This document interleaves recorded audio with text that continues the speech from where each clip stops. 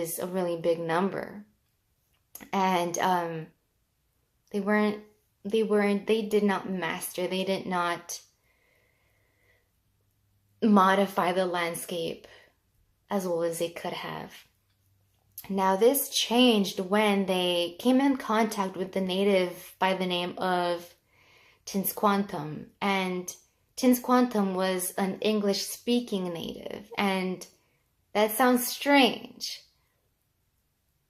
given the situation that he's native. So the reason why he spoke English was because earlier, John Smith's men from Pocahontas, John Smith, they had kidnapped him and they took him to England as a slave. They had kidnapped him. They had kidnapped Tisquantum.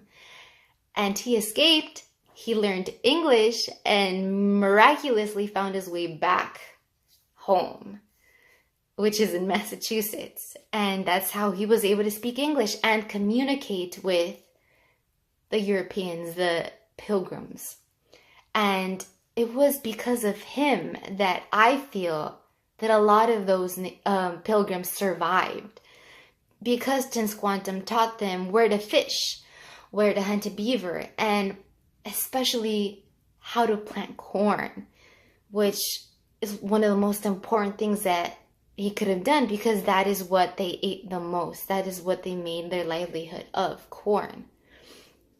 And Tisquantum also helped in mediating between the other neighboring tribes and the newly come Europeans. And it wasn't until 1622 that Tisquantum's death occurred that the situation or the atmosphere between the Europeans and the natives changed. So now that Tisquantum wasn't in the picture, the natives kind of began to turn their backs against the Europeans. And that's when things began to get a little sticky.